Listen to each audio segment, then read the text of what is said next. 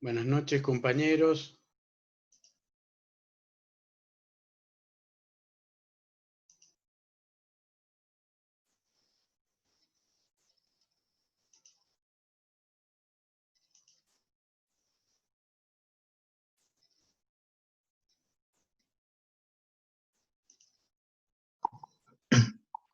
Buenas noches a todos, buenas noches, doctor. Qué gusto verlo nuevamente. Buenas noches a todos, compañeros. Buenas noches con todos, un gusto, Enrique, nuevamente con usted compartir esta clase. Igualmente, compañera, igualmente. Buenas noches, Buenas noches, doctor Enrique. Un gusto estar nuevamente con usted. Gracias. Igualmente para mí. Denme un segundito que por alguna razón deberían entrar todos directo y me pide que autorice a todos y cada uno individualmente. Algo mal debo haber hecho con la solicitud de reunión. Doctor, buenas noches. Hola, Rocío, buenas noches. Qué gusto, doctor, verle nuevamente. Igualmente para mí, un placer enorme. Muchas gracias, doctor. Compañeros. ¿Cómo va el tema de la maestría? ¿Todo bien? Buenas noches, compañeros. Sí, todo bien, doctor. Todo bien, avanzando. Doctor Richard, compañero, buenas noches. Gusto volverlos buenas noches a todos. Wow. Ya somos 22. No sé si ¿Qué tal? vamos... Buenas noches, doctor. Buenas noches. Buenas noches a todos. Okay. Buenas noches, doctor. ¿Cómo está? Hola, buenas noches.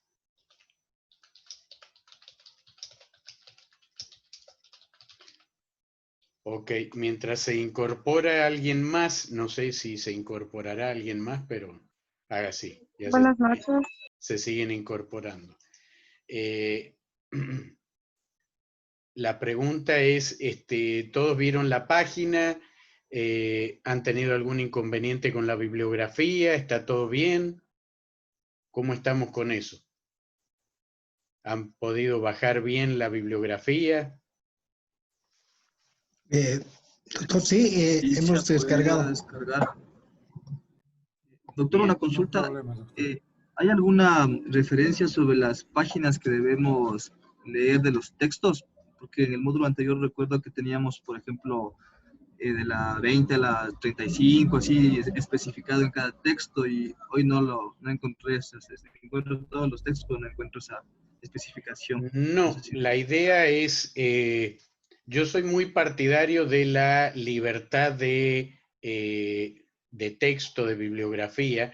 De hecho, no soy muy amigo, doy mucha bibliografía porque la idea mía es que no se casen con un texto determinado, no se casen con un autor determinado, sino más bien que ustedes tengan la libertad de seguir a un determinado autor o una determinada ideología en un tema, pero no soy de la idea de imponer un libro determinado, un texto determinado. Entonces, para evitarme eso, prefiero dar un abanico bien amplio de literatura, de manera tal que cada uno de ustedes tenga la libertad de decir, me siento cómodo con lo que leí en tal libro de tal autor. Y no que tengan que verse obligados a leer algo que a lo mejor no es de su agrado, que el autor no sea de su misma ideología política, no sea compatible. Entonces, en ese sentido, la idea, ¿cuál es? La idea no es que se tengan que leer toda la bibliografía, para nada.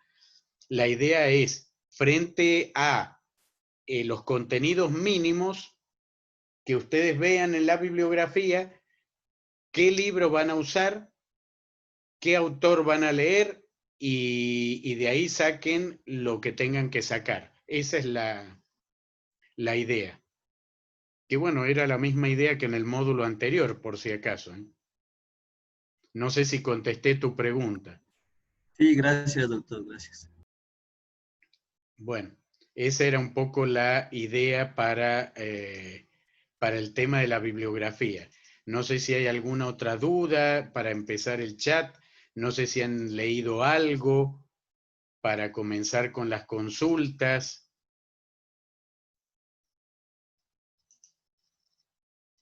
¿Nada? Siempre creo que el primer día es el día de que no hemos leído mucho o no hemos leído nada. Sí, sí, yo estaba revisando un poco el texto de Fonturbel sobre manejo y conservación de la fauna silvestre aquí en Bolivia. Entonces, donde explica más o menos cómo se forman los parques nacionales, las características, los requisitos que deben tener cada uno de estos espacios para ser considerados como tales.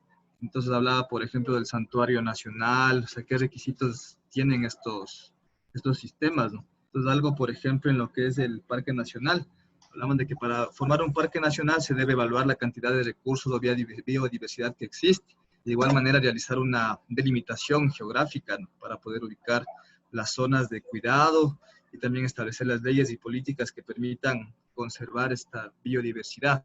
Entonces, fue lo que me pareció más interesante en este texto. Y me parece importante, ¿no?, que, o sea, estas leyes, aparte de ser, no solo de ser teóricas, sino también de ser teórico-prácticas, que se pueda evidenciar eso, ¿no? Por ejemplo, aquí en el Ecuador hay zonas que son consideradas áreas de protección, pero sin embargo existen también empresas que realizan extractivismos, como es el caso de las petroleras, ¿no?, en la selva amazónica aquí en el Ecuador, y también los daños que se ha visto en el Yasuní, entre otros. Entonces, parece que falta un poco más de mano dura en cuanto a la aplicación o al control de este tipo de leyes. Doctores. Muy bien, muy bien. Sí, efectivamente, qué bueno que hayas leído eso. El que hablaba, ¿quién era? No llegué a visualizarlo. Estaba buscando un Rafael León. PowerPoint. Rafael. Gracias, Rafael. Sí, efectivamente. El tema es, ahora con esto del coronavirus, ustedes se deben haber dado cuenta que tenemos un serio problema con esto de la biodiversidad. En realidad, no debería haber pasado lo que pasó con el coronavirus, pero tenemos que estar abiertos a futuras pandemias en tanto y en cuanto sigamos destruyendo la biodiversidad. Porque si hay algo que controla justamente los virus y las bacterias y las futuras pandemias, la biodiversidad. De la misma manera que en algún momento en el módulo anterior yo les había comentado que las plagas agrícolas son fácilmente controlables sin pesticidas. Simplemente habría que eliminar el síndrome del blanco y utilizar muchos parches de biodiversidad entre las áreas de cultivo. Entonces, las áreas de biodiversidad son las que aportan los controladores biológicos para que exista un control biológico de esas plagas. De la misma manera, si queremos un control biológico de los vectores de pandemia, necesitamos la biodiversidad. El problema radica, vamos a hablar un poquito de esto, un poquito, no demasiado pero, a ver, déjenme moverme un poquito aquí.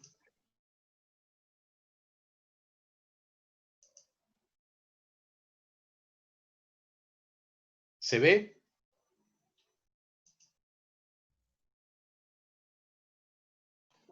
No, doctor. No, todavía, doctor, no se ve. No se ve nada. No. No. Avísenme cuando se vea. Ahí sí. Ahí Ya. se ve. Sí se ve. Pero díganme qué se ve porque... Nuevos paradigmas en el diseño, gestión y manejo de áreas naturales protegidas y la educación ambiental. Gracias, querida compañera. Muchas gracias. Bien. La biodiversidad, compañeros, es la reserva genética que tenemos de donde saldrán los futuros medicamentos, los medicamentos que todavía no conocemos. No se olviden que la industria farmacéutica tiene su origen en la biodiversidad. Es decir, la verdadera inventora de los medicamentos es la biodiversidad. Entonces, en la medida que perdamos biodiversidad, vamos a perder medicamentos, vamos a perder el patrimonio de la alimentación a través de la endogamia también. Y frente a esto, frente a este panorama de la pérdida de biodiversidad, tanto específica como genética, la biodiversidad de especies, estamos refiriéndonos a las especies en particular, en tanto que la biodiversidad genética nos referimos al pool o al, ¿cómo se le diría? Estoy buscando una traducción para pool. La diversidad genética interna que tiene cada especie. O sea, en el caso del ser humano, hay una diversidad genética interna dentro de la especie Homo sapiens, que es la diversidad que hace que una persona, por ejemplo, contraiga el coronavirus y muera, y otra persona contraiga el coronavirus y le dé exactamente igual que un resfrío común. Entonces, esa diversidad interna es la que se llama diversidad genética y que hace, no sé, con ustedes hablamos del número M, ¿o no? No, no recuerdo. No. ¿No? No, doctor. No. Sí, lo habló en la clase pasada y mal no recuerdo, es el número mínimo de individuos que requiere para que la especie no se extinga. Ah, muy bien, muy bien, muy bien. Sí había hablado del número M. Ya me quieren volver loco a mí, ¿eh? Ya, está bien que yo esté viejo, pero por ahí me quedo pensando y digo, ¿con quién habré hablado de este tema? Pero bueno, el número M, como bien indicó Sergio, creo que fue. Sí, señor. ¿Quién dijo lo del número M? Sí, señor. Sergio. Ah, ok. Bien, como bien indicó Sergio, entonces, el número M es el número mínimo que yo necesito para que una especie se perpetúe en el tiempo y en el espacio. Y ese número M está en función a la diversidad genética interna que tiene la especie. Esa diversidad genética, ¿qué es lo que, o para qué sirve? Sirve para adaptarse. ¿Adaptarse a qué? ¿Cómo se llama este módulo? Cambio global. Por ejemplo, a mayor diversidad genética, más posibilidades de adaptarse al cambio global. Si el coronavirus hubiera sido un virus muchísimo más letal de lo que es, el número M de la especie Homo sapiens es tremendamente grande. ¿Cuánto es grande? 7.5 billones de personas. Debemos ser la especie con mayor cantidad de individuos de todas las especies, creo. Bueno, no creo. Bacterias y otros microorganismos son más. Pero de de los animales superiores probablemente sí seamos la especie más numerosa. Pero bueno, ¿a qué voy con esto? Que como el número M del ser humano está ampliamente superado por la cantidad de humanos, si el virus del COVID-19 hubiera sido muchísimo más letal, probablemente hubiera habido una devastación de la humanidad, pero no de toda. ¿Por qué? Porque hubiera habido personas, como las hay, inmunes o no inmunes, pero que tienen un sistema, su sistema inmune es muy superior al del resto y hubiera resistido el coronavirus como si fuera un virus de resfriado común. Esas personas, apelando a un gran amigo mío, el señor Sir Charles Darwin, esas personas que resistían el coronavirus, por selección natural de los más aptos, son los que hubieran sobrevivido y por lo tanto los que hubieran dejado descendencia para reponer la población. Bueno, eso solo es posible si hay diversidad genética interna. Si no hay diversidad genética interna, que es parte de la biodiversidad, la especie está condenada a extinguirse. Eso le pasa, por ejemplo, al chita o guepardo, que todos ustedes deben haber visto en documentales de National Geographic, por ejemplo. El chita o guepardo es el felino más rápido del planeta, es un corredor consuetudinario, es un felino que no tiene garras retráctiles porque no le conviene para la carrera, pero el chita o guepardo, hay mucha gente que no entiende por qué es de las especies consideradas extintas en vida. Hay mucha gente que dice, pero chitas hay en todos los zoológicos, hay gente que tiene en su casa chitas. En Estados Unidos hay un montón de ricachones que tienen chitas o guepardos en su casa, porque es un felino relativamente manso. Entonces dicen, ¿cómo se va a extinguir? Se va a extinguir porque no tiene diversidad genética interna la especie. Y por lo tanto, no puede evolucionar. La evolución solo es posible en los individuos que tienen diversidad interna. Entonces, creo que yo en algún momento les hablé de esto aplicado al ser humano. Incluso les di una regla genética que dice que a mayor distancia genética, mayor vigor híbrido. A menor distancia genética, endogamia, extinción. ¿Les hablé de eso o no? ¿O les hablé y no se acuerdan y hay que recordarlo? Con las vacas nos hizo el ejemplo, creo. Ah, sí les había hablado. Este módulo tiene algunas cosas curiosas.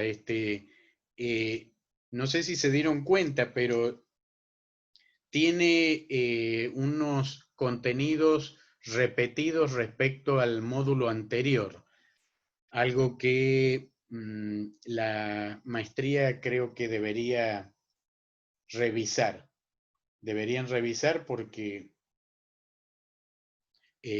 repetir no es lo habitual. La idea mía es tratar de no repetir contenidos, pero bueno, vamos a tratar de no repetir aunque estén puestos ahí en los contenidos mínimos. Pero bueno, sí, les di el ejemplo de las vacas, efectivamente. en el humano también pasa lo mismo.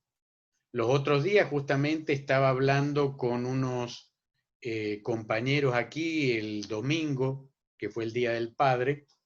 Hablábamos... Enrique, sí. Un ejemplo en el humano sería las...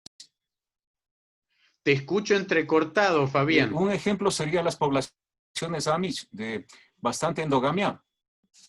Claro que sí, Fabián, muy bien. Gracias por el aporte. Claro, sí, sí, sí, correcto. Sí. Bueno, Fabián acaba de dar un excelente ejemplo. Hablaba, las poblaciones Amish. ¿Ah? Las poblaciones Amish tienen un alto índice de síndrome de Down o trisomía del par 21, que es una enfermedad genética causada por la endogamia principalmente, también por el envejecimiento ovular en el caso de mujeres que tienen una edad avanzada, pero sobre todo es causado por la endogamia. Y lo que les comentaba antes, que estaba charlando con unos vecinos, esto para hacer el precalentamiento antes de hablar de las áreas protegidas, pero está todo vinculado. Entonces estábamos hablando y como todos los domingos tomamos café con este grupo de vecinos que son de distintas profesiones, pero a veces salen temas interesantes, como por ejemplo salió el tema de la ciencia y la religión, que en realidad es un tema que yo le escapo porque es como agua y aceite. Entonces, para evitar conflictos, mejor no mezclar el agua con el aceite. Pero, ¿qué tenía que ver esto con la endogamia? Tenía mucho que ver, porque en un momento determinado, uno de los vecinos dijo, bueno, para la religión, casarse entre parientes es pecado. A los ojos de Dios es un pecado. Entonces, yo le dije, wow, qué buen ejemplo.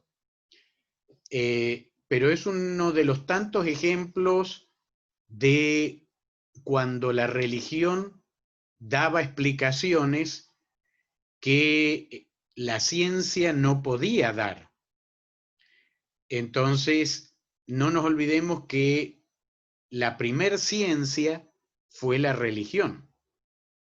Cuando el ser humano primitivo, hace 200.000 años, en el Rift Valley de África, frente a Madagascar, estaba haciendo su primera aparición, de repente había una tormenta en el cielo, con rayos, con relámpagos, con truenos, y ese ser humano no podía interpretar o darle una explicación lógica. Entonces, ¿cuál era su explicación? Porque el ser humano es un ser hipotético deductivo. Tiene que encontrar una explicación que lo saque del temor que tiene como especie rebaño. Porque el ser humano, no nos olvidemos, es un mono. Y como mono es la presa de predadores. Entonces es una especie temerosa. Y frente al temor, al miedo de esto, ¿cuál era su explicación? Bueno, allá arriba, en el cielo, tiene que haber alguien más poderoso que nosotros, que cuando está furioso, rayos y centellas. Ok. Así empezó la ciencia, creyendo ese tipo de cosas. Después también el ser humano primitivo, cuando ya tenía lo que hoy llamamos cultura, la herencia social de los pueblos y sociedades, entonces se dio cuenta No tenían una explicación científica, pero se dieron cuenta que si me caso entre parientes, aparecen hijos con malformaciones genéticas o enfermedades genéticas graves, degenerativas y qué sé yo. Gregorio Mendel no había nacido cuando se escribió la Biblia, el Antiguo Testamento. El Antiguo Testamento tiene 5000 años, el Génesis. Entonces, Gregorio Mendel todavía, pero ni en proyecto estaba. Bueno, entonces como no estaba don Gregorio Mendel, la religión que dijo, a los ojos de Dios esto es pecaminoso. Bueno, pasaron 5000 años, llegó don Gregorio Mendel y dijo, bueno, en realidad no sé si es pecado o no, pero yo tengo la explicación de por qué pasa esto. Entonces él dio una explicación genética desde la endogamia, desde la falta de variabilidad genética, de genes repetitivos que eran los que causaban el conflicto durante una etapa que todos ustedes recuerdan a la perfección, que es la recombinación genética en la meiosis.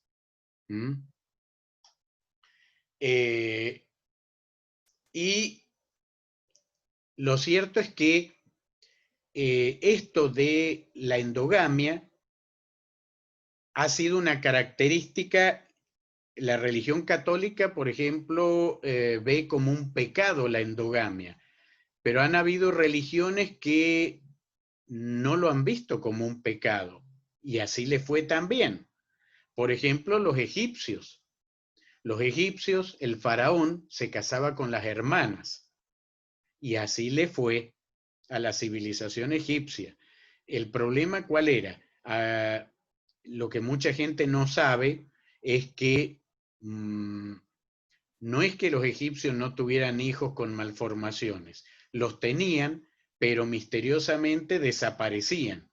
Entonces nacían mal, o a varios faraones les pasó que no podían tener hijos, entonces tenían que buscar otra esposa, y muchas veces tenían que darse por vencido y buscar tener hijos con una concubina externa, es decir, que no fuera de su sangre. Y ahí, funcionaba la cosa. Bueno, pero no se dieron cuenta que la cuestión era por endogamia. Por otro lado, fijémonos también el tema de la nobleza europea. La nobleza europea también era endogámica. Se casaban entre parientes y para ellos era la forma de afianzar vínculos sociales y políticos. Entonces, ellos promovían la endogamia. Y ahí es donde aparece una frase que la mayoría de la gente no entiende. La nobleza europea era famosa por ser de sangre azul. Todos ustedes deben haber escuchado que la nobleza europea era famosa porque tenía sangre azul. Ahora viene el tema. ¿A qué se referirían con sangre azul?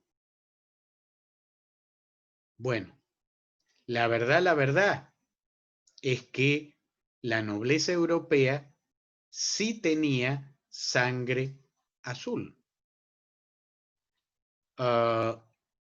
Como no era una metáfora. Efectivamente, la nobleza europea tenía, y muchos siguen teniendo, sangre azul. ¿Y eso porque eran extraterrestres? ¿Qué pasó?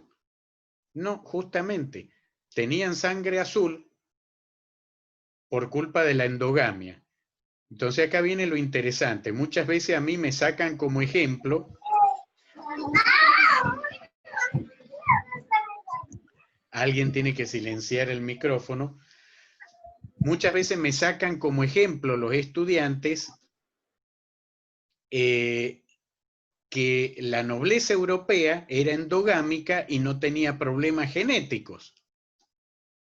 Entonces, eso de que la endogamia trae problemas genéticos no puede ser tan cierto.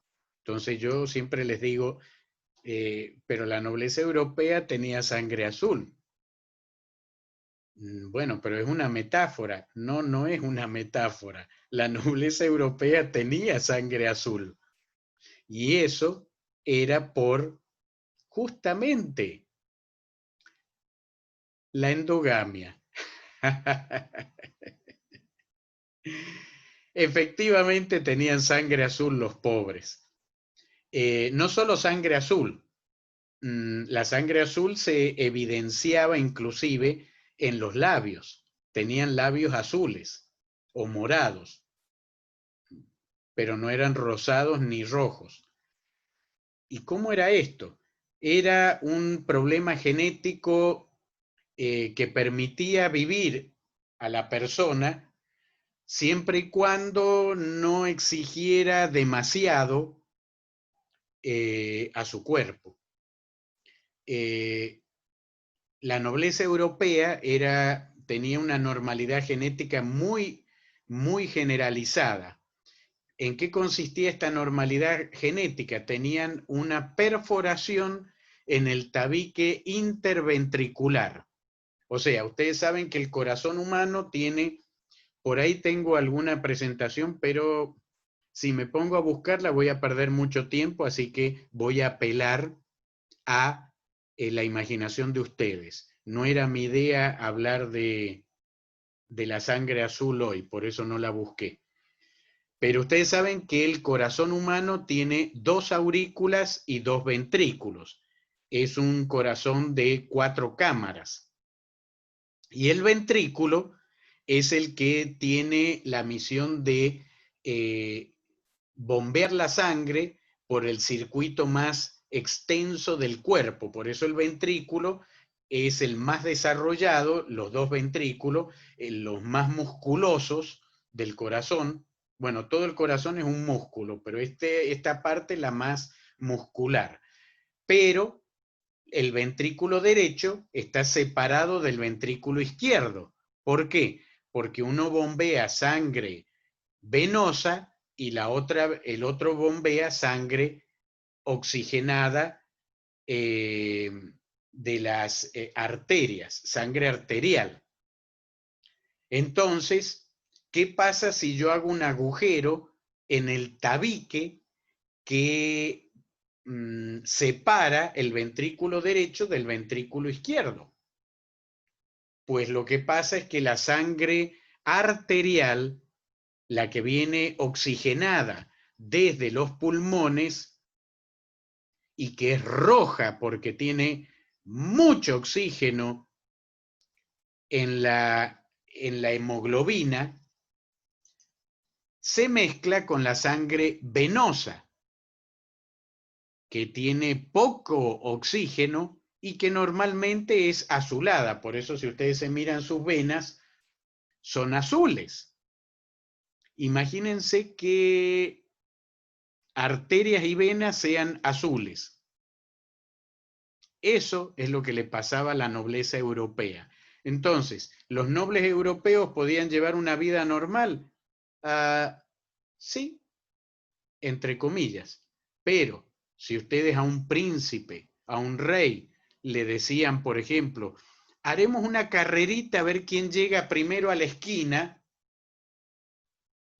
probablemente el príncipe hubiera corrido 10 metros y hubiera caído noqueado en el suelo, desmayado en el suelo, por falta de oxígeno. Tenían sangre azul. Bien, prácticamente toda la nobleza europea tenía enfermedades genéticas producto de la endogamia. De todas maneras, yo los invito cordialmente, recuerden cuál es mi principal regla. De todo lo que yo diga, ustedes tienen la obligación de no creer una sola palabra y también tienen la obligación de verificar. Entonces los invito cordialmente a que indaguen en Internet, pongan en el Google enfermedades genéticas de la nobleza europea y van a encontrar la locura también por, ¿cómo que se llamaba esta enfermedad del hierro? Bueno, se me fue. Anemia. ¿Ah? No, ¿Es no era anemia, anemia. doctor? No, anemia es por falta de hierro, pero esto es una locura. Ya me voy a acordar cómo es que se llama. Pero también está vinculada al hierro. Pero no es anemia. ¿Poliglobulia? No, tampoco es la poliglobulia. Bueno, no importa. Cuando terminemos el módulo, ¿Será seguramente... la hemocromatosis? ¿La qué? ¿Hemocromatosis? No te digo ni que sí ni que no, porque me has dado un nombre médico y no recuerdo si ese era el nombre médico para la enfermedad, pero para la nobleza europea tenía un nombre... Bueno, cuando termine el módulo dentro de un mes, por la ley de Murphy, ahí me voy a acordar. No, para el jueves me voy a acordar, no se preocupen. Y en realidad, si no me acuerdo, lo voy a googlear hasta que me acuerde, porque me molesta cuando no me acuerdo de algo. Pero bueno, lo cierto es que la endogamia trae como consecuencia estos problemas genéticos. Por otro lado, la diversidad genética interna es la que me permite a mí evolucionar. ¿Cómo me permite evolucionar? Porque cada grupo, cada población de una misma especie, adaptada a un determinado lugar, tiene genes que le han permitido esa adaptación. Selección natural del más apto, Charles Darwin. Bien. Mucha gente que no creía en la evolución, que me decían, profe, pero nadie ha visto la evolución. Ah, ¿no? ¿Y qué te parece la pandemia del coronavirus? Si eso no es evolución, ¿dónde está la evolución? Un virus que nunca debería haber contagiado al ser humano, aunque el ser humano se lo coma al virus, aunque el ser humano se lo respire al virus, y sin embargo, ese virus mutó es decir, cambió genéticamente para poder infectar al ser humano, pero originalmente era imposible que lo infecte al ser humano. Y eso lo hemos visto en tiempo real. El salto, que no es el primero de los coronavirus que hace esto, el SARS también ha hecho lo mismo. Para saltar de una especie a otra, ha tenido que cambiar su genoma. Y lo han hecho, y lo han hecho recombinando su genoma con el genoma de otro virus o con genoma humano. Así es como funciona, eso es evolución en tiempo real. Para mí es fantástico. Bueno, desde el punto de vista evolutivo, desde el punto de vista sanitario, no. Mi cuñado falleció la semana pasada por coronavirus, entonces desde ese punto de vista obviamente nada que ver, pero como biólogo es fascinante. Ok, entonces la diversidad genética es lo que permite sobrevivir a una especie, incluso la humana. Nosotros aquí tenemos el serio problema de las enfermedades cardiovasculares ocasionadas por una dieta de comida basura. Nos encanta la grasa, el aceite, los lípidos. Amamos una hamburguesa, si no es grasosa y frita con aceite de tractor usado y añejado durante 20 años ese aceite, no tiene el mismo gusto que una hamburguesa sanita hecha a la parrilla. Papas fritas tienen que estar fritas en aceite ordinario, de ese que no se lo cambia nunca, sino que se le va agregando en la medida que se va evaporando. Si yo hago aceite, si hago papas fritas sin aceite, fritas al aire caliente, por ejemplo, digo, ah, no, esta no tiene el mismo gusto. Y si las hago con aceite de girasol o aceite de oliva, ah, no, esto tampoco tiene el mismo gusto. En la calle son más ricas. ¿Por qué? Porque usan aceite de tractor usado, añejo, y entonces por eso es más rica. Pero eso me deja las arterias llenas de colesterol, me las tapa y termino con un accidente cerebrovascular. ¿Por qué pasa eso? Porque no tenemos los genes que permitan evitar eso. ¿Hay solución? Por supuesto. Claro que hay solución. ¿Cómo no va a haber solución? ¿Cuál es la solución? La solución es que ustedes busquen un marido o una esposa con los inuit. ¿Quiénes son los inuit? Los esquimales. Los esquimales comen colesterol puro y tienen las arterias 0 kilómetros, perfectas. Entonces, si ustedes se casan con un inuit, ustedes van a seguir teniendo el problema del colesterol, pero sus hijos no. Sus hijos van a poder comer cualquier porquería en la calle y no van a preocuparse por tener problemas de colesterol. Es decir, la distancia genética aumenta el vigor híbrido. A mayor distancia genética, mayor vigor híbrido. Eso significa que los hijos son mejor que los padres. ¿Se entendió? Entonces, de esa manera funciona la evolución. Esto es vital que lo entendamos. ¿Por qué? Porque uno de los temas que vamos a abordar en este módulo es la conservación ex situ. Y la conservación ex situ ha sido demasiado idealizada. El jueves, me lo voy a anotar para no olvidarme, el jueves vamos a hablar concretamente de la conservación ex situ. O hablaremos hoy ya que estamos, no sé. A ver, déjenme ver un cachito. Mientras tanto, les voy hablando un poquito. ¿Qué es la conservación ex situ? Bueno, cuando todavía no sabíamos muchas de las cosas que sabemos actualmente, se hablaba de la conservación ex situ. Actualmente la biología de la conservación como que le perdió la fe a la conservación ex situ. Ya hay realmente muy pocos defensores de la conservación ex situ. Esa es la verdad de la milanesa. No hay prácticamente defensores de la conservación ex situ y los que quedan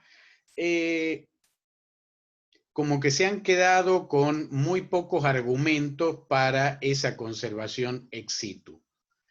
Entonces, ¿por qué? ¿Por qué nos quedamos sin argumento para la conservación ex situ? Bueno, no la encuentro la presentación. La debo tener por ahí, pero no la encuentro. Así que volvamos a la conservación in situ, pero no los voy a dejar con la espina. Voy a apelar a un instrumento pedagógico que ustedes conocen muy bien y se llama imaginación. Bien, ya les di las herramientas para entender de qué se trata la conservación ex situ. La conservación ex situ, como su nombre lo indica, es fuera de su lugar. O sea, es la conservación que hacen, por ejemplo, en teoría, entre comillas, los zoológicos.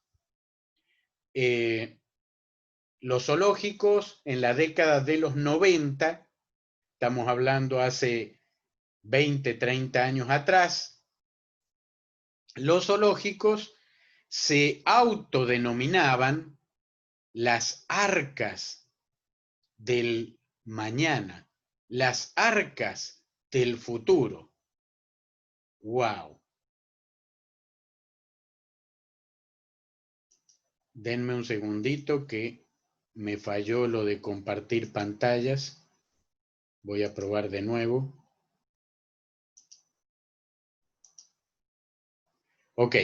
Se autodenominaban las arcas del mañana, porque el argumento era que si el día de mañana se extingue una especie en su medio natural, no importa, porque ¿quién podrá ayudarnos? El chapulín colorado. No, digo, perdón, los zoológicos. Los zoológicos, claro. Nosotros tenemos aquí los Adán, los Eva, para reponer la población silvestre.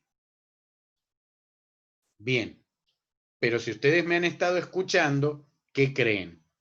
¿Será posible eso? ¿Que con Adán y Eva repoblemos el mundo? ¿Qué creen? No. Decididamente No, no. La conservación ex situ tenía varios problemas. Obviamente el primero era un problema genético. Yo se los pongo así cortito y el jueves se los muestro con un estudio de caso. Ya con fotitos bien bonitas y qué sé yo.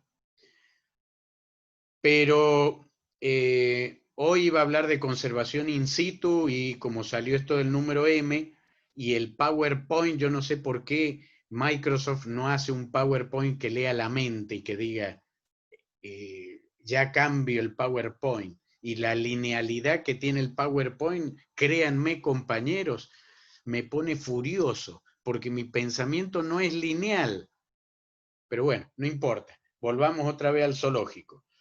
Bueno, el zoológico deliraba con el tema de repoblar con los Adán y los Eva. Por eso eran las arcas, en alusión al arca de Noé, que con una parejita de cada animal repoblaban. Bueno, si eso fuera posible, la extinción de la descendencia ocurriría inmediatamente. ¿Por qué? Porque una pareja de tigres tendría cachorro y los cachorros tendrían un problema de endogamia terrible. Si se cruzan entre hermanos, hay 75% de material genético compartido entre hermanos. Entonces, la extinción está garantizada. Y si los hijos se cruzan con los padres, igual, porque hay 50% de material genético compartido entre hijos y padres. Por lo tanto, en 3, 4, 5 generaciones, exagerando, están extinguidos esos animales.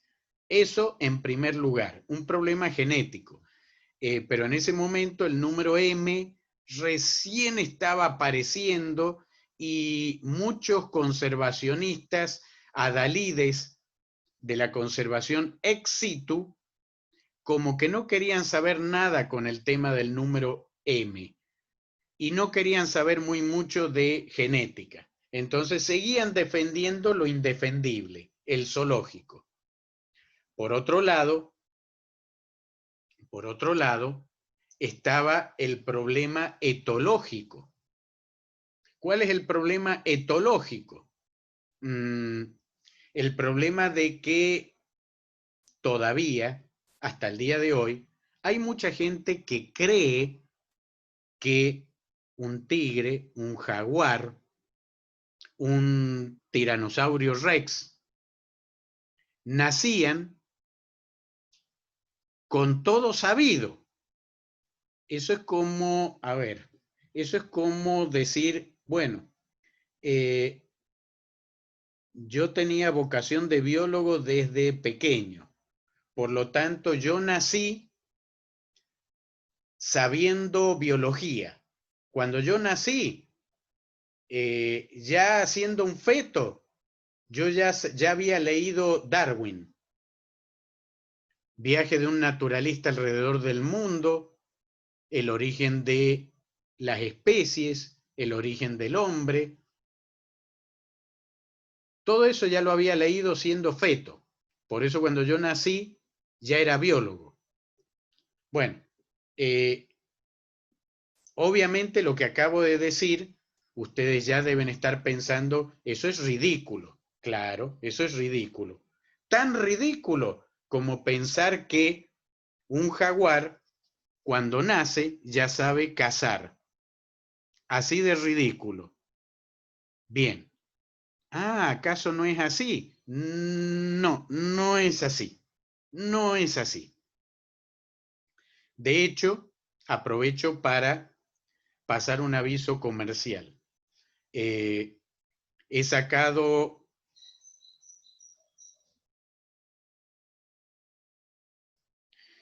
un programa, perdón, me distraje, pero una araña se me había subido, tengo una araña acá y no puedo permitir que se me vuelva a subir.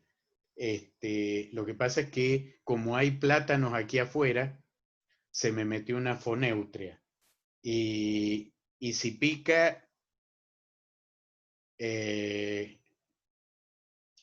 tal vez tenga que ir al hospital o seguramente voy a tener que ir al hospital. Entonces estaba viendo dónde anda la foneutria para capturarla y liberarla donde tiene que estar, no en mi casa. Bueno, ¿en qué estábamos? ¿En qué estábamos? Me olvidé. Ah, estaba pasando un aviso comercial. Justamente en Bolivia ha ocurrido en estas semanas previas un problema que las redes sociales hervían, el famoso caso del zorro Antonio, o más conocido como Tony el zorro. Bien, entonces en las redes sociales ha habido un hervidero tremendo, tremendo, que yo he tratado de no participar porque los haters cada vez están peor, cada vez están peor. El síndrome de Dunning-Kruger, que es el síndrome de la gente que está en las redes sociales y cree que por tener un perfil en Facebook su opinión vale algo. Y no se han enterado que cuando uno habla de cuestiones académicas, un argumento académico se rebate con otro argumento académico, no con opiniones basura de gente que no tiene idea de lo que habla. Entonces, el caso del zorro Antonio, a muchas personas muy amigas mías, pucha, las han maltratado, insultado, de todo. Y muchas de estas personas amigas me escribían y me decían, Quique, habla, Quique, abrí la boca, Quique, opina. Pero la verdad que a mí me resulta desgastante el tema de los haters. Y no es de ahora. Mi abuelo ya, cuando yo era chico, me enseñó y me dijo, Quique, nunca discutas con una persona que no sabe, porque no la vas a convencer. Y los haters les pasa eso. Por eso son odiadores, porque ni les interesa aprender, ni les interesa saber. Bueno, la historia de este zorro es que lo llevaron de cachorro a cautiverio y lo criaron como un perrito. Entonces, la ley 1333 de Medio Ambiente de Bolivia prohíbe la tenencia de animales silvestres como mascota, lo cual me parece excelentemente bien que sea así. Lo confiscaron y ahí vino el conflicto. Entonces, estaban los hatters que decían, hay que soltarlo en el medio ambiente. Y estaban los otros hatters que decían, no, ese zorro hay que devolvérselo a los dueños, porque ese zorro extraña, los ama a los dueños y qué sé yo. Bueno, entonces, frente a eso, muchos amigos me dijeron, Quique, tenés que salir al ruedo, Quique, tenés que dar tu opinión. Y yo veía que muchos amigos, colegas míos, dieron su opinión y los hatters se los comieron crudos. Bueno, al final hice un programa de televisión con Jimena Galarza y después yo hace un par de semanas lancé un programa personal mío, un programa de divulgación científica que se llama La Academia, café virtual, científico y cultural, para hablar de problemas sociales, educativos. Entonces, el próximo voy a hablar de, bueno, yo no, el próximo es sobre museología. Yo sé algo de museología, pero no soy experto. Entonces, entrevisto a un experto mundial de museología, Carlos Fernández Balboa de Argentina. Bien, entonces, con lo de El Zorro Antonio, hice un programa, los invito cordialmente, o en la página les voy a poner, creo que les puse, no les puse. Bueno, les voy a poner el link para que vean el programa del Zorro Antonio y ahí yo explico por qué no se puede soltar ese zorro, por qué no se lo puede devolver a los dueños, etcétera, etcétera. Todo eso está explicado. Pero una de las causas, o sea, ya hablamos de la genética de la conservación ex situ. Es decir, genéticamente yo no puedo liberar estos animales y pretender que repongan una población. Genéticamente yo no sé si esos genes están adaptados a una determinada región o hábitat o no, porque esos animales han estado en un zoológico varias generaciones. Entonces no sabemos si esos genes corresponden a un hábitat o no. Por lo tanto, no sabemos si al soltarlos se van a adaptar o no. Y luego tenemos la parte que les decía, la parte etológica. ¿Cuál es la parte etológica? Etos significa comportamiento. Entonces, la etología es la ciencia del comportamiento, lo que los humanos llamamos psicología. Entonces, yo les contaba y les decía, un jaguar no nace sabiendo cazar. Eso del famoso instinto cazador es cuento chino. Que tiene posiciones instintivas, la tiene. Por ejemplo, un jaguar de cachorro sabe cuál es su presa, pero no implica que sepa cómo cazar a su presa. Necesita de un aprendizaje. Bien, ahora usemos la empatía. Imaginen jaguares que están en un zoológico.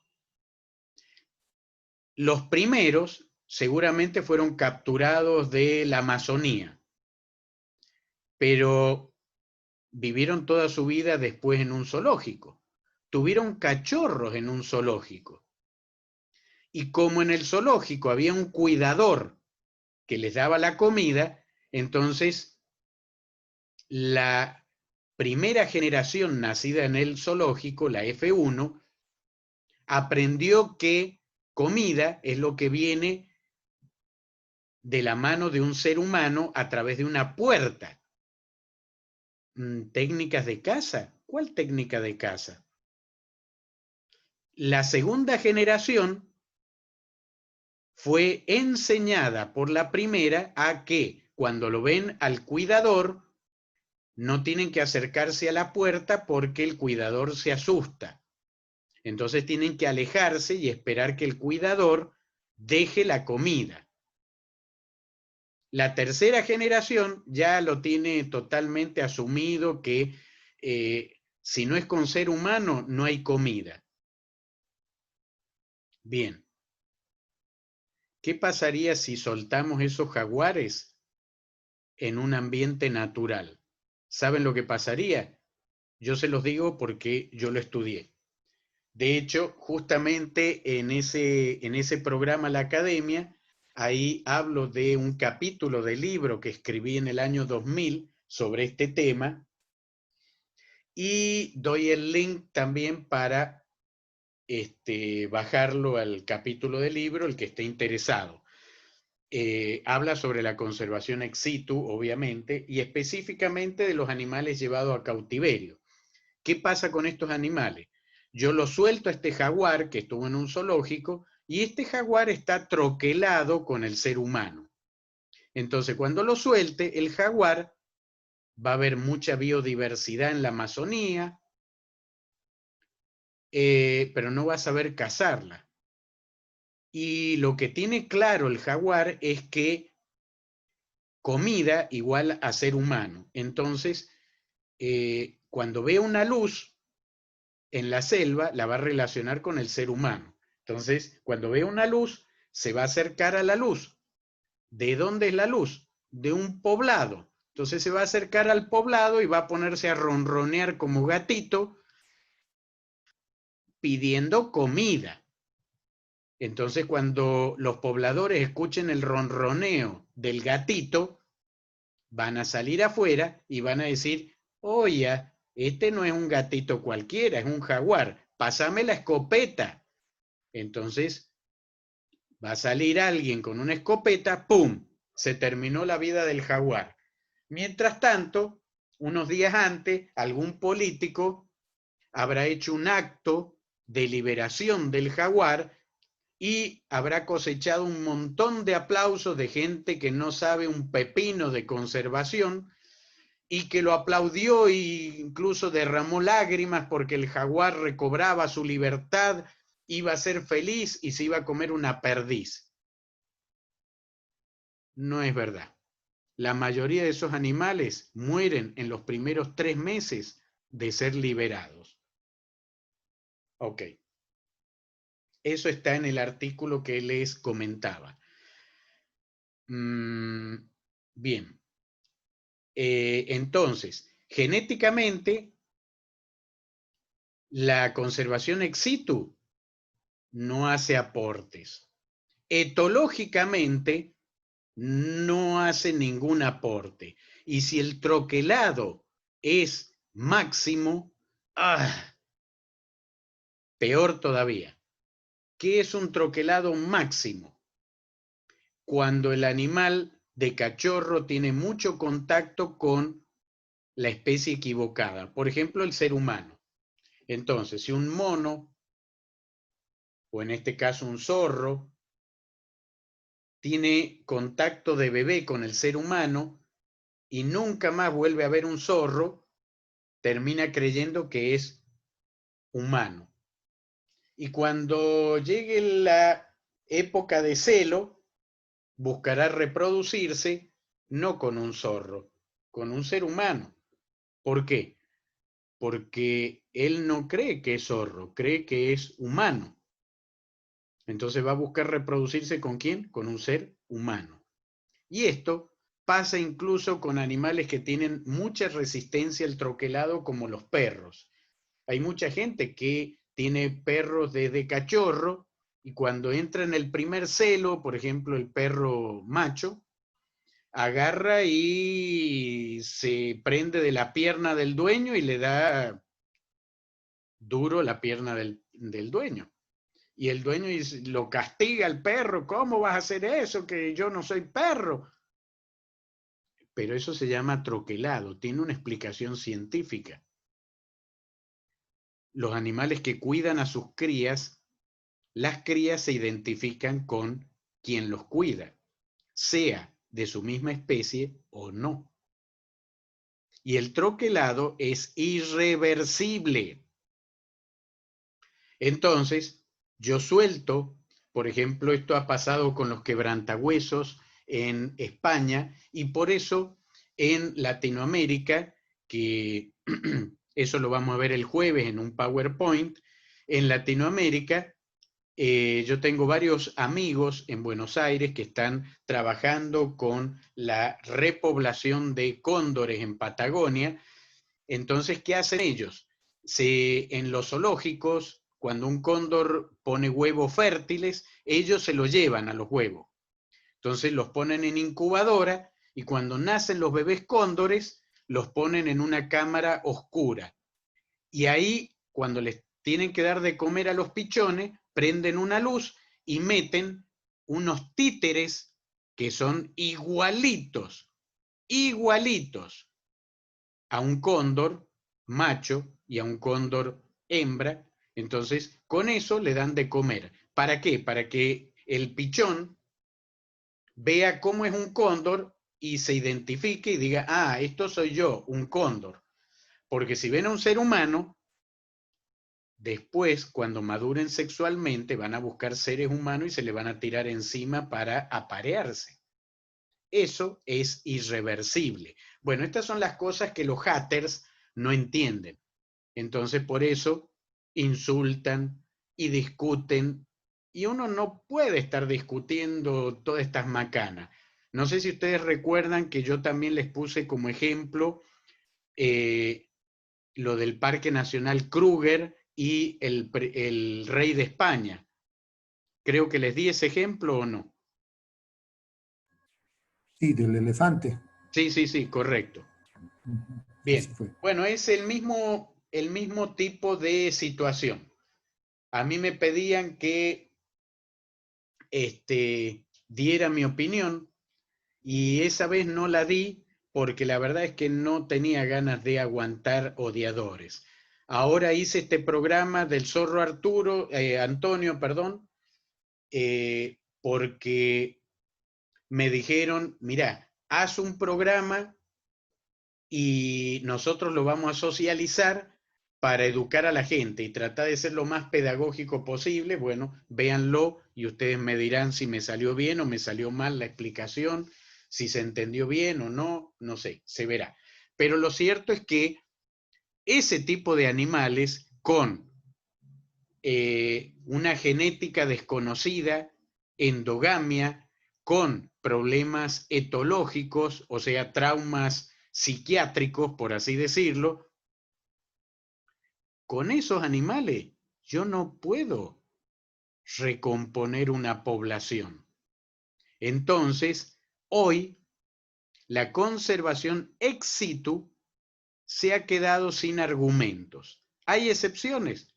Hay excepciones, las que terminan confirmando la regla. Pero hay algunas excepciones que, pero no dejan de ser excepciones que todavía justifican la conservación ex situ.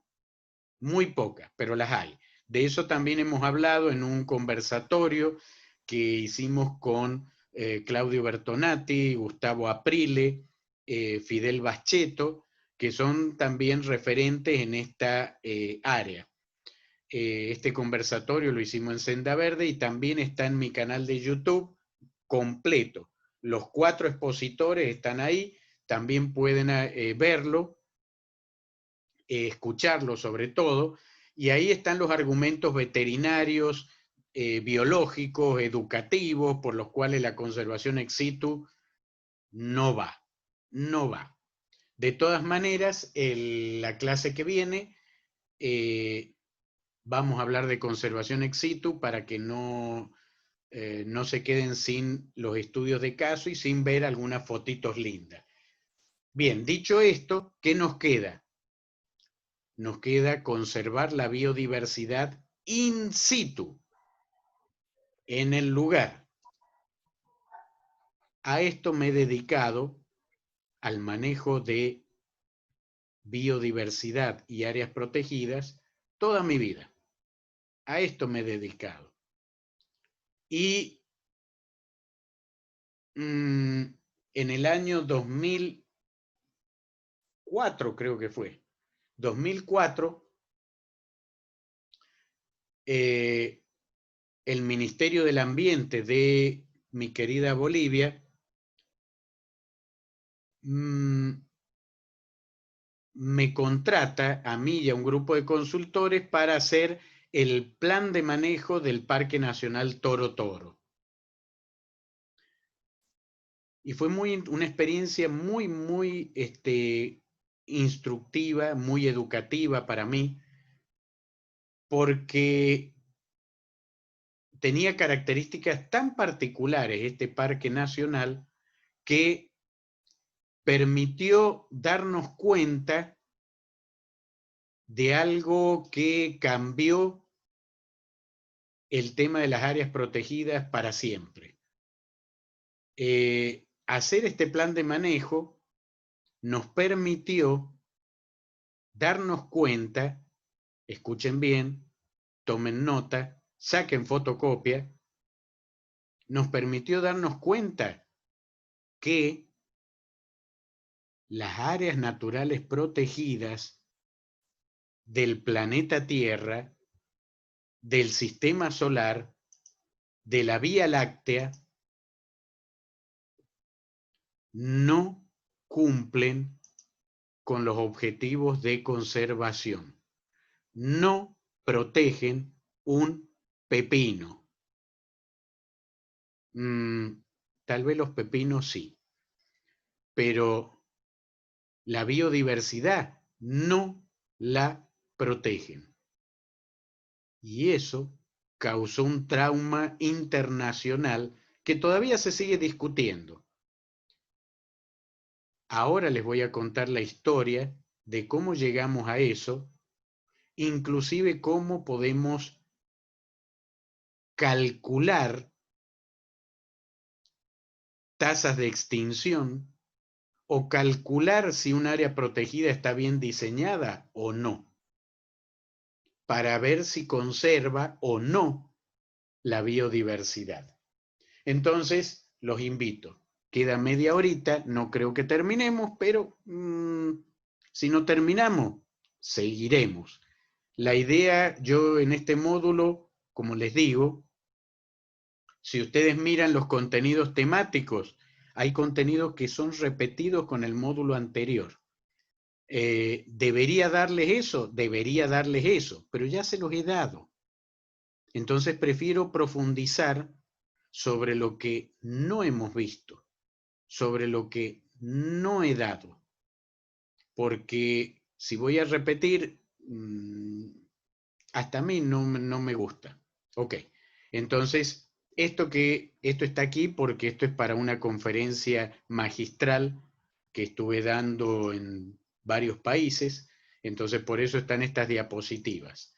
Bueno, pero pasando esto, vamos a pasarlo, vamos a pasar esto. Hay un montón de cosas que vamos a pasar rápido. Denme un segundito, ya lo activamos de nuevo. Vamos al punto.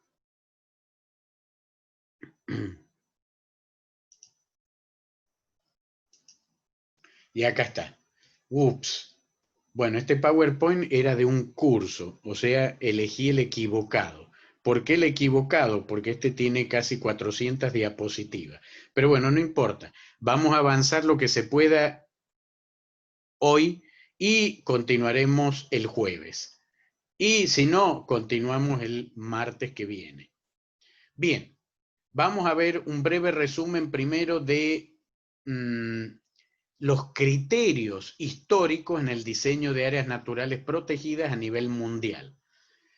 Curiosamente, el primer criterio lo tenemos en el que se considera oficialmente el primer parque nacional del mundo, el Parque Nacional Yellowstone, en 1872.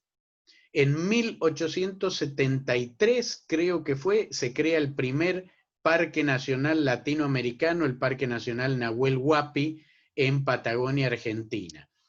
Pero áreas protegidas han existido desde el siglo I. Y antes del siglo I hay algunos antecedentes en Grecia, también de áreas protegidas. Lo que pasa es que no tenían un rango tan oficial, tan legalizado como este que estamos viendo, Parque Nacional Yellowstone. El criterio para crear este parque nacional fue un criterio escénico. Es decir, el criterio era, ¡ay, qué bonito el paisaje! Tenemos que proteger el paisaje porque es bonito. Pero yo aquí, no sé si ven en la foto, hay un lobo. ¿Por qué puse el lobo? Porque al pobre lobo le dieron con un caño. ¿Por qué le dieron con un caño? Porque se quería comer a la Caperucita Roja y no lo podían permitir. Entonces matemos al lobo. Ok. Se necesitó 100 años para darse cuenta de la estupidez que habían hecho. Y en la década de los 90 también se hizo una discusión en Estados Unidos porque el Parque Nacional Yellowstone perdió todo norte ecológico y la única forma de reponer y de que funcione de nuevo el Parque Nacional Yellowstone era, acá me están poniendo que no escuchan. ¿No escuchan? Hola. Se escucha, doctor, se escucha. Sí, se escucha, doctor. Se le escucha, doctor. Sí, se escucha claro, doctor. Ok. Bueno. Ok. Bueno, después lo vamos a hablar al final, pero para reponer la ecología del Parque Nacional Yellowstone tuvieron que volver a poner lobos. Y en el momento que pusieron los lobos, el Parque Nacional Yellowstone se arregló automáticamente en cuestión de muy pocos años. Creo que fueron 2 años, 3 años. Los lobos lo dejaron 0 km. Hasta el día de hoy funciona como un relojito suizo. Bien, ya vamos a ver por qué eran tan importantes los lobos. Ya vamos a ver. Don't worry, be happy. El criterio escénico también permitió crear áreas protegidas en distintas partes del mundo, pero siempre por el tema paisajístico. Entonces, si un paisaje era lindo, por ejemplo, los Payachatas en el Parque Nacional Lauca, en Chile, estos 2 volcanes gemelos, qué lindo paisaje, mirá esas nubes lenticulares, las vicuñitas, las vizcachitas, las choquitas en el lago, pucha, qué cosa linda, miren estas chocas. Bueno, era un criterio paisajístico.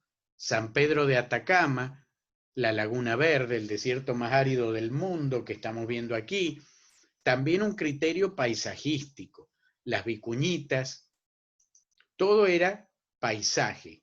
Los famosos bonsái naturales que hay en este parque nacional, estos arbolitos que tienen 200, 300 años y no miden más de 10 centímetros, podados por la Pachamama, la madre naturaleza.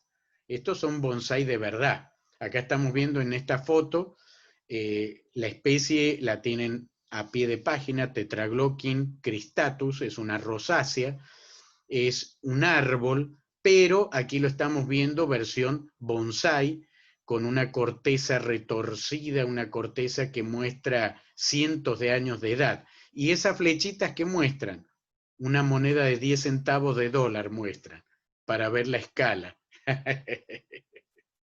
Fantástico. Bueno, el Parque Provincial Muela del Diablo en Bolivia, en La Paz, también se hizo con un criterio escénico, el paisaje. El Parque Nacional Sajama también en Bolivia, con un criterio paisajístico. Las viviendas de los urumuratos, El Parque de las Rocas, dentro del Sajama, que tienen una morfología particular, el propio Sajama. Orcomolle, en Tucumán, tenía un criterio paisajístico también, los Yungas. El Parque Nacional El Palmar, en Argentina. El Parque Nacional Mburucuyá. El Mburucuyá es un vocablo guaraní que se refiere a una flor, una pasionaria, que habita como enredadera en esta región. Y acá estamos viendo unas capibaras o carpincho, pero el criterio de por qué se lo hizo inicialmente fue escénico. El área natural El Espinillo en Santa Fe también era el paisaje. Ahora, por allá por los años 60 aproximadamente, los científicos los biólogos de la conservación, que recién empezaba como ciencia la biología de la conservación, es una ciencia bastante nueva la biología de la conservación. Entonces los primeros biólogos, aquí es cuando aparece Zulé, que falleció hace unos días atrás, uno de los padres de la conservación. Y la foneutria sigue paseándose por aquí. Espero que no me clave los colmillos en el pie. Bueno, dijeron, en un área protegida no puede haber un criterio de paisaje, porque tenemos especies endémicas, tenemos especies que son importantes. En ese momento, cuando decía importante, no sabíamos bien de qué hablábamos, ¿eh? Ojo, ¿qué es una especie importante? Después aparecieron los criterios, especie paraguas, especie cadena, especie qué sé yo. Eso apareció mucho después. Los endemismos fueron lo primero que se vinculó con lo importante. Y aquí estamos viendo justamente el símbolo del criterio de especies. Todos saben que ese pajarraco que está caminando ahí es el símbolo de la conservación, es el dodo. El dodo, el ave de la isla Mauricio, endémica de Mauricio, que los holandeses mataron literalmente a patadas hasta el último. Y que fue el determinante de la extinción de el bosque de Tambalicoque, que hoy se ha salvado, pero gracias a la escarificación química y mecánica de sus semillas. Un proceso que hacía naturalmente el dodo a través de su molleja muscular y de los gastrolitos o piedras que tenía en esa molleja, que escarificaban las semillas de los tambalicoques para facilitar la germinación.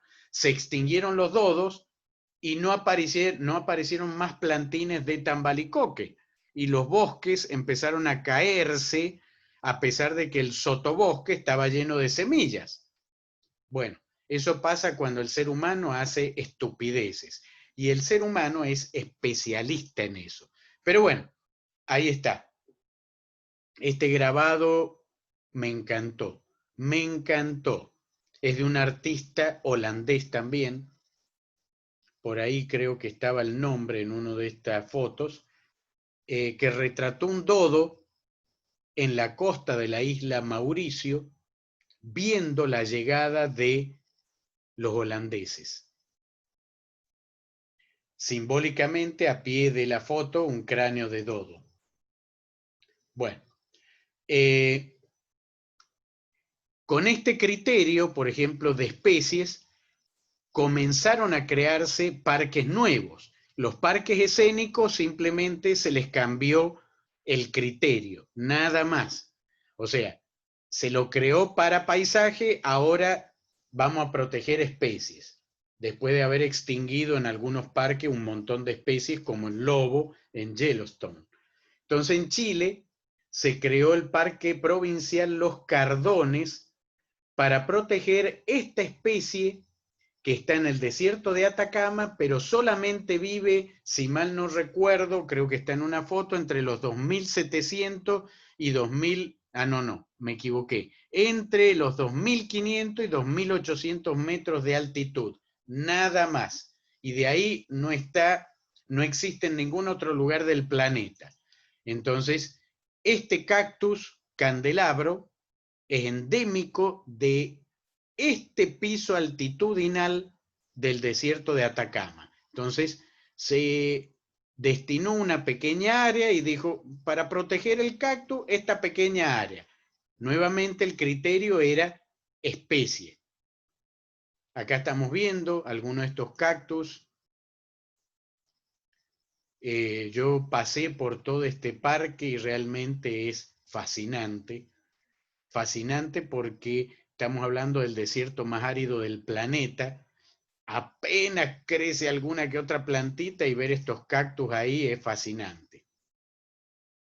En el Parque Nacional Lauca se cambió el criterio de escénico por el criterio específico, porque además este parque tiene una particularidad increíble. Todos ustedes saben que en América solamente existen 2 especies de camélidos silvestres. No me digan 4, son 2. 4 si sumamos los camélidos domésticos, pero los camélidos domésticos no son especies aparte. La llama es la versión doméstica del guanaco, que estamos viendo en pantalla. Y la alpaca es la versión doméstica de la vicuña. Entonces, solamente tenemos 2 camélidos silvestres, el guanaco y la vicuña. Y los 2 los podemos encontrar en simpatría, o sea, conviviendo juntos, en muy pocos lugares de Latinoamérica. Uno de ellos, el Parque Nacional Lauca. Acá estamos viendo un pequeño rebaño de guanaco. Acá estamos viendo el macho alfa, que yo venía, estaba yendo a Arica con mi carro y me cerró el paso desafiándome, pero el pobrecito no sabía que yo soy biólogo. Entonces me importó 3 pepinos que me corte el paso. ¿Qué hice yo? Ah, me cortaste el paso. Entonces estacioné el carro a un costado, me bajé y lo cociné a fotos. Hasta que se cansó de que lo fotografiaran y dijo, no, no puedo con este es biólogo. Y se fue. Bueno, las vicuñas que conviven con los guanacos y que es insólito, como habitan en un área increíble. Muchas veces mis estudiantes me han preguntado, ¿por qué tienen el color que tienen las vicuñas? Para que no la vean los pumas. Tienen el color de su ambiente y viven en la parte que tiene salitre y pastizales del color de su pelaje. Entonces un puma a una vicuña difícilmente la ve si está quieta. ¿Dónde está la vicuña? Aquí, en el medio del cuadro. ¿La ven? ¿Se ve? Se ve. Ah. Al medio. Sí. Bien, está puesta a propósito así para que veamos cómo vería un puma esta parte del paisaje. Y ahí está, las vicuñitas. Y es muy interesante porque en este parque hay carteles muy lindos como este, zona de cruce de vicuña. Y lo interesante es que los autos aminoran la velocidad. Van a 20, 30 kilómetros, eso es bien interesante, porque realmente la vicuña se lo toma en serio que hay pasos y cruzan confiadas porque saben que no las van a atropellar. Me pareció fantástica la educación ambiental que hay en Arica, por lo menos. En otras partes de Chile no sé, pero en Arica hay mucha educación ambiental. Bueno, También en el Parque Nacional Lauca, como parte del criterio específico, una de las especies que se protegen es la vizcacha, la Aegidium vizcacia. Una especie también emblemática que también sabe cuando es un biólogo el que está cerca y no le tiene miedo, entonces puede posar, desperezarse para la foto. Y también la yareta, que estamos viendo aquí, es una planta también endémica, una planta milenaria. Esta planta crece 1 milímetro por año. Entonces, midiendo la superficie de la yareta, yo puedo saber qué edad tiene la planta. Y hay plantas que tienen más de 1000 años. Entonces, esto se lo protege con el criterio específico. Hace unos años atrás hicieron una ruta y recompusieron la ruta que había, y lo interesante es cómo los chilenos han protegido. Entonces, para que no perjudiquen la yareta, ponían sectores como este, totalmente aislados para que no se afecte la yareta. Bueno, con el criterio de especie también se cambió el criterio de Orcomolle, de paisajístico, a un criterio específico: proteger el tapir,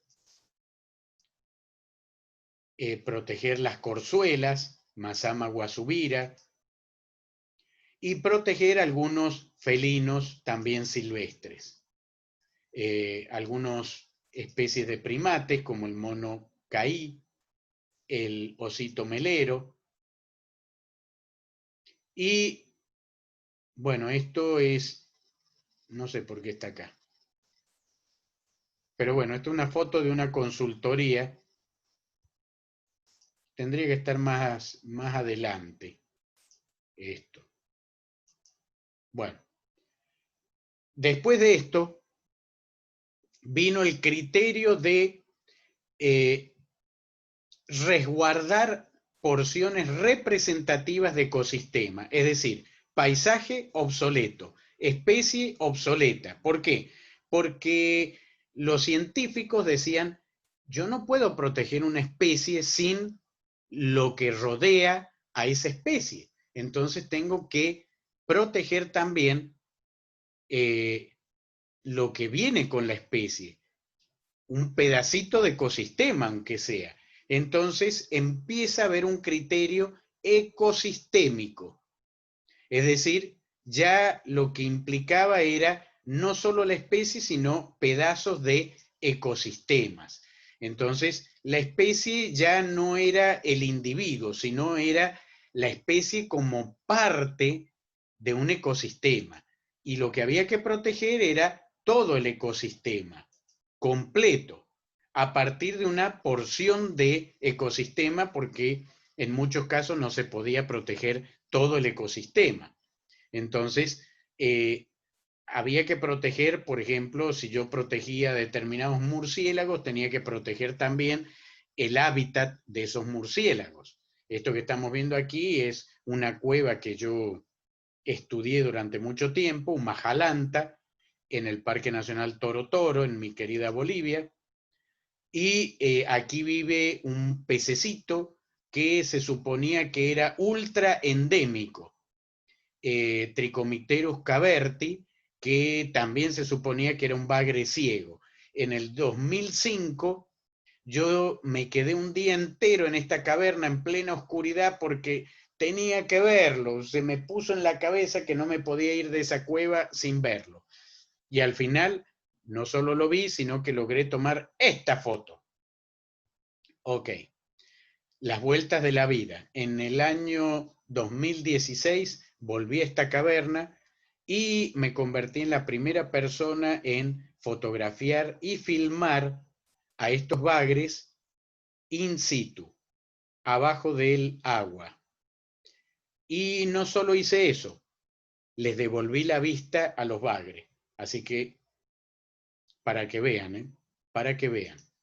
Bueno, después lo vemos a eso, por qué les devolví la vida, etcétera, etcétera.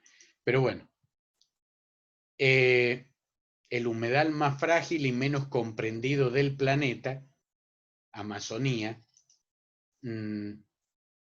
Esto creo que ya lo vimos, lo de la Amazonía. Así que lo vamos a pasar. Sí vimos Amazonía, ¿no? Sí lo vimos.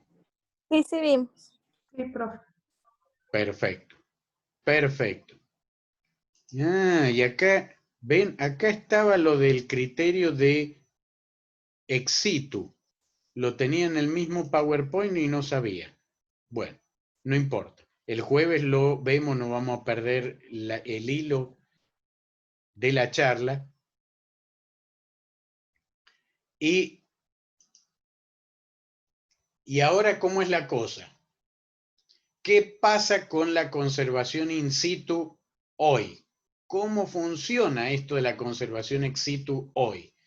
Bueno, la realidad de las áreas protegidas es, acá viene dos biólogos de la conservación y papacitos de la ecología, MacArthur y Wilson, que ya en la década de los 60 estudiaron cómo funcionaban los ecosistemas en las islas.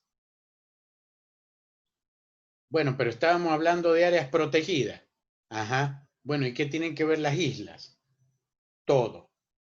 Porque un área protegida es un área que yo le pongo límites.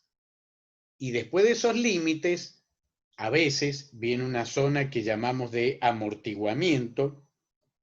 Y después de esa zona de amortiguamiento, puede venir un océano de soya transgénica, por ejemplo.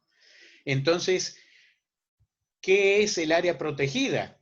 Una isla, eso es.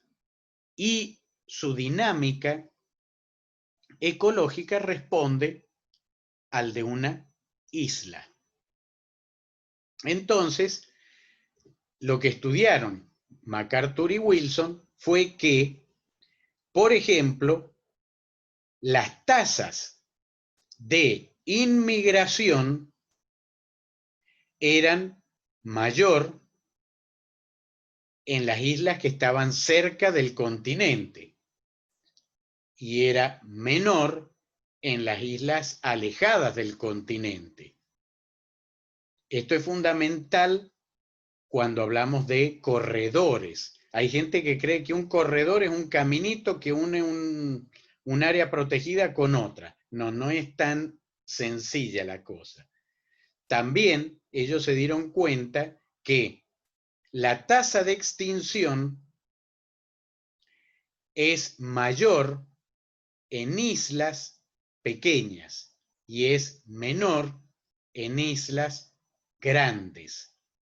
Bien, todo esto que ellos estudiaron en islas oceánicas se aplica a las áreas protegidas, porque vuelvo a repetir, las áreas protegidas son literalmente islas. Bien, para que lo veamos claramente, en la foto superior izquierda estamos viendo islas oceánicas. Estamos viendo una isla grande en primer plano cerca del continente. Entonces esta isla va a tener una gran tasa de inmigración. ¿Por qué? Porque está cerca del continente, entonces es fácil llegar ahí. Yo puedo llegar nadando, pero es más difícil llegar a la isla más lejana. Por lo tanto, las islas más lejanas tienen menos diversidad. ¿Por qué? Porque es más difícil llegar. La tasa de extinción también va a ser menor en una isla grande que en una isla pequeña. ¿Por qué? Porque el pool genético va a ser mayor. Es decir, hay más posibilidades de que en una isla grande una especie tenga el número M. En una pequeña, no. Bien. ¿Y qué pasa con los parques nacionales? Miremos la foto de abajo a la derecha, la que está señalando mi querido amigo Manechi. ¿Qué estamos viendo aquí? Es una foto que yo saqué desde un avión en Santa Cruz, Bolivia, y el avión antes de aterrizar, un avión de pasajeros, nada más. Vi esto y dije, wow, esto me va a servir para mis clases, efectivamente. ¿Qué estamos viendo?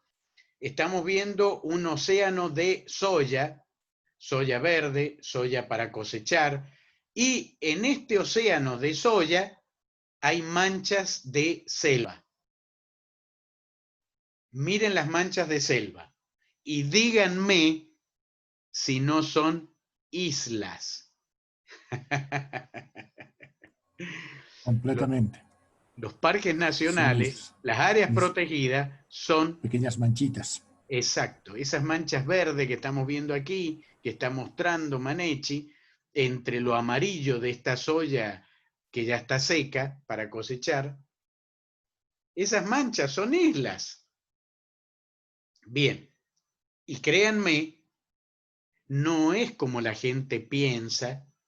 Hay gente que dice, bueno, pero los animales igual pueden salir de esa isla e ir caminando a otra isla.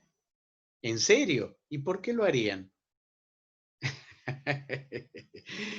Un mono, ¿ustedes creen que iría de una de estas islas a la otra? Si creen eso, sigan esperando a Papá Noel el 25 de diciembre. A lo mejor llega.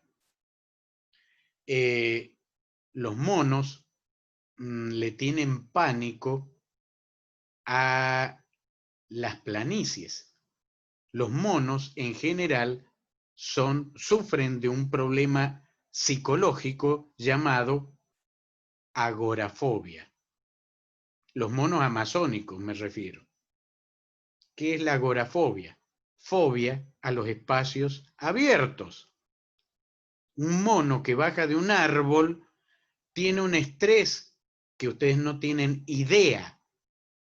¿Bajan de los árboles? A veces bajan de los árboles. ¿Por qué? Por extrema necesidad. ¿Qué sería extrema necesidad? Cloruro de sodio. Si hay algo que los monos están dispuestos a sacrificar su seguridad, es por el cloruro de sodio. Entonces, cuando ya necesitan desesperadamente cloruro de sodio, bajan a los barreros que acumulan cloruro de sodio a comer barro con cloruro de sodio. Pero están estresadísimos por si aparece un jaguar y se los come. Pero bajar y caminar 1 kilómetro por un espacio abierto, ni lo sueñen que lo hace. Entonces no es como las personas piensan, de que porque hay tierra entre una isla de selva y otra, los animales van a ir libremente de un lugar al otro. Olvídense, porque eso no pasa. Y ahora miremos, ya para cerrar, porque me tocan mis ejercicios, pero miremos esto. Esta foto me encanta. Esto es un sembradío de soya transgénica en el noreste de Argentina, y acá están viendo una isla de bosque. Y lo que me gusta es justamente que la foto muestra por qué es una isla. Acá hay bosque, hay animales en este bosque, pero estos animales que viven en el bosque, ni locos van a dejar el bosque para atravesar este océano de soya para ir a este bosque que está atrás o a estos árboles que están mucho más atrás. No lo van a hacer jamás. Bien, dicho esto, queridos compañeros, hemos llegado a la diapositiva, lo voy a anotar, 161. Y si hay alguna duda, alguna pregunta, ¿cómo vamos con este tema? ¿Se entiende perfectamente? Lo que yo quiero hacer con este tema es que entendamos cómo se relaciona la biodiversidad específica, genética, con la conservación de esa biodiversidad. Entonces, vamos a ver los Enrique. problemas de la conservación ex situ y los problemas de la conservación in situ. Hablamos algo de la conservación ex situ, algo, nada más. Vamos a continuar con eso y estamos desarrollando la conservación in situ para ver qué problemas tiene y después abordar las soluciones. Bien, dicho esto... Enrique. Sí, sí. ¿Quién? Buenas noches. Nayibe. Ah, Nayibe. Qué gusto, ¿Qué tal? Nayibe. Qué gusto también. Sí, o sea, algunas cositas, ¿no? La primera es frente al tema que usted expuso sobre la conservación ex situ e in situ. Pues si bien se hizo énfasis en la parte zoológica, sería también importante hacer la aclaración y después también hacer la profundidad sobre los procesos de conservación in situ que se hacen con los bancos de germoplasma, con los bancos de ADN, ¿sí? Con los jardines botánicos también. Entonces, si bien puede haber estas polémicas en cuanto a la conservación de animales, ¿sí? Creo que hay unos buenos ejemplos que se han desarrollado a través de conservación ex situ, pero que tienen que ver con estos bancos, ¿no? O sea, bancos de germoplasmas, los jardines botánicos, bancos de ADN incluso que ya se están desarrollando y que para ciertos lugares ha sido de las únicas experiencias exitosas, ¿no? Que pueden haber en este tipo de conservación, y creo que la conservación ex situ en estos casos sí es muy válida, ¿no? Precisamente porque depende de qué tan deteriorado esté un ecosistema también, ¿no? Entonces, el hecho de poder desarrollar estos procesos fuera del ecosistema para luego hacer todo el proceso de reinserción de especies, de reclutamiento también de especies, entonces ha ayudado bastante, ¿no? Entonces, sí son otros ejemplos de conservación ex situ. Otra situación es que dentro de ya de la biología de la conservación, que pues es mi área, ¿no? Y creo que es importante comprender que, y usted lo mencionaba, ¿no? Que ya la conservación no se la trata a nivel de especie, sino que se la trata a nivel de todo un sistema, ¿no? Que es el mismo ecosistema. Entonces sería bueno profundizar sobre dos temas importantes, ¿no? Cuando uno está hablando de conservación de la biodiversidad. Uno de ellos es hablar sobre la integridad del ecosistema, ¿no? Que prácticamente tiene que ver con la composición, los atributos de la diversidad, ¿no? Que son la composición, la estructura y la función del ecosistema, ¿no? Y el otro tema es la salud del ecosistema.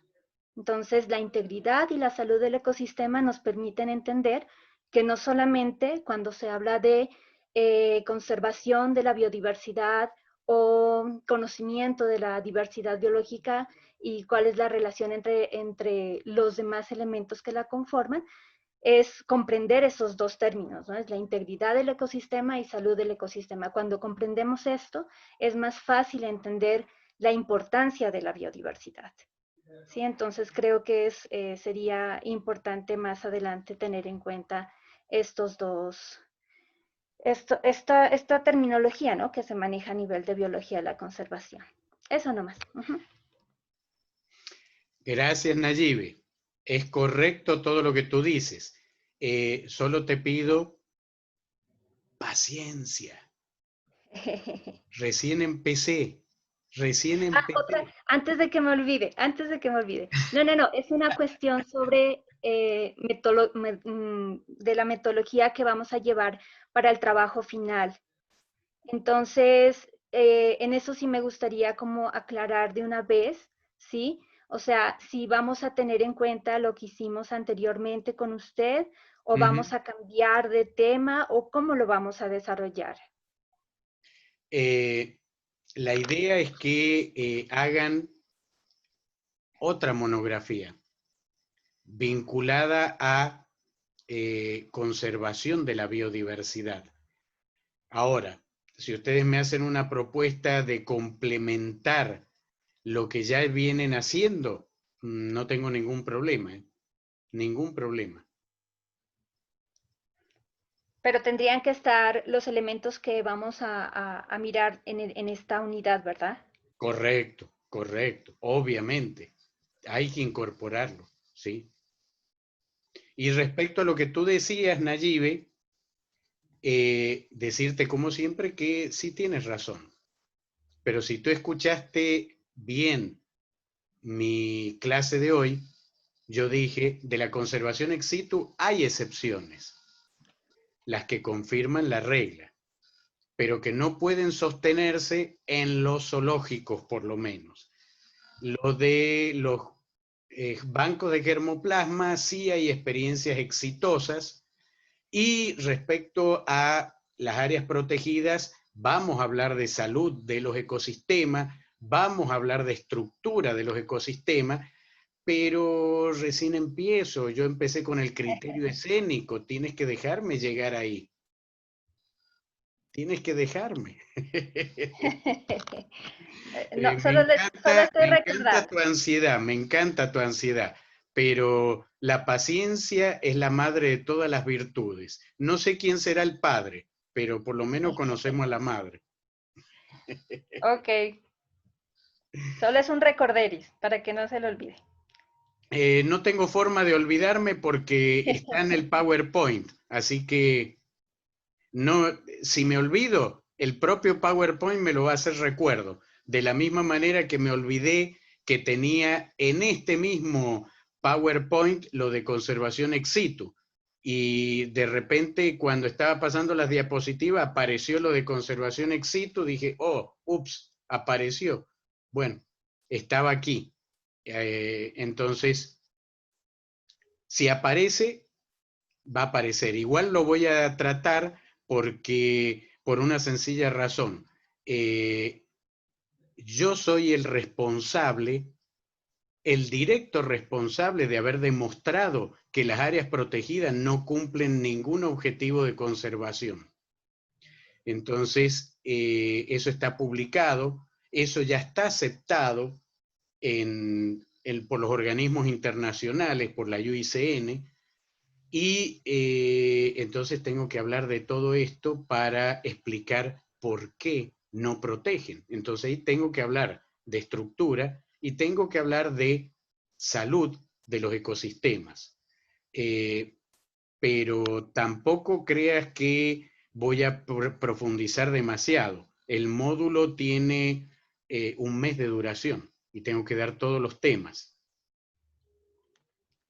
Voy a dar lo suficiente para que se entienda y están los papers. Ok. Gracias. ¿Alguien más? De nada, Nayibe. Un gusto tenerte aquí de nuevo. Gracias. ¿Alguien más?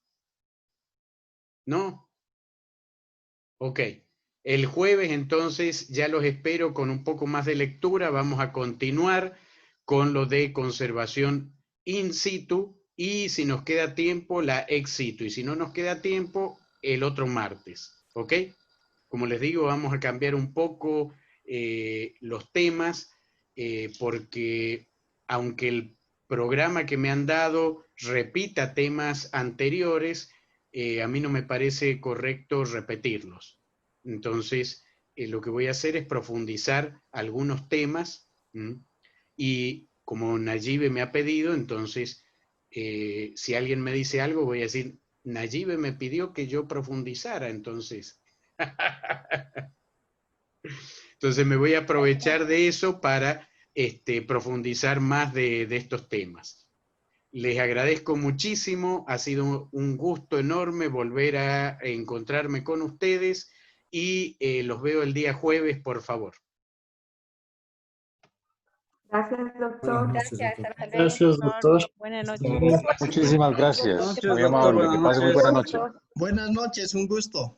Igualmente. Gracias, compañero. doctor. Buenas noches. Buenas noches. Gracias, doctor. Buenas noches. Ma,